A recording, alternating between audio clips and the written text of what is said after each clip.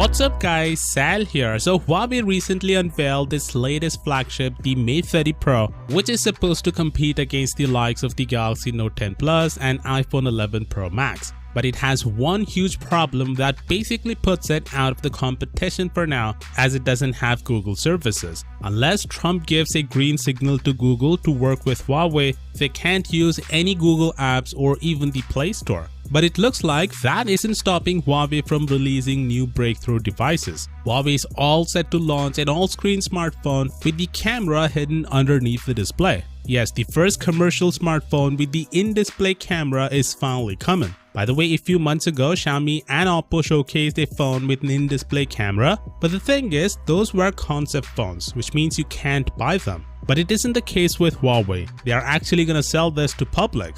Jeb Su, VP of Advanced Technologies, Principal Analyst and Technology Futurist at Athron Research, tweeted that Huawei will announce the new device on 17th of October in France. The in-display camera tech is still in its infancy as seen on Xiaomi and Oppo devices. So if Huawei indeed goes on to showcase this new smartphone on October 17th, then I guess they could push back the release to next year considering the scenario they are currently in, and it only makes sense because just like the Mate 30 Pro, no one would be willing to spend an absurd amount of money on a phone without Google apps. In any case, I'll keep you updated on what happens on October 17th, so you can consider subscribing for that.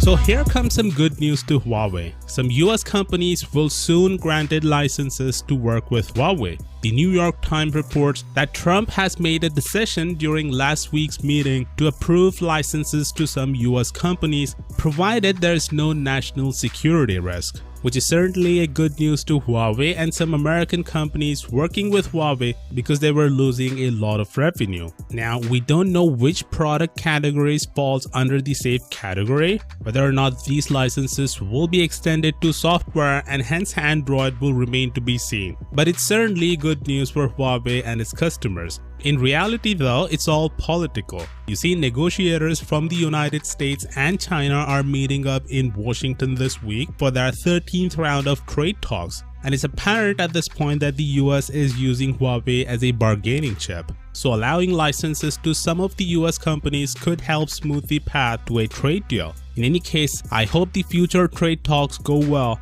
and they finally let Huawei use the Google apps and services. I'll keep you updated about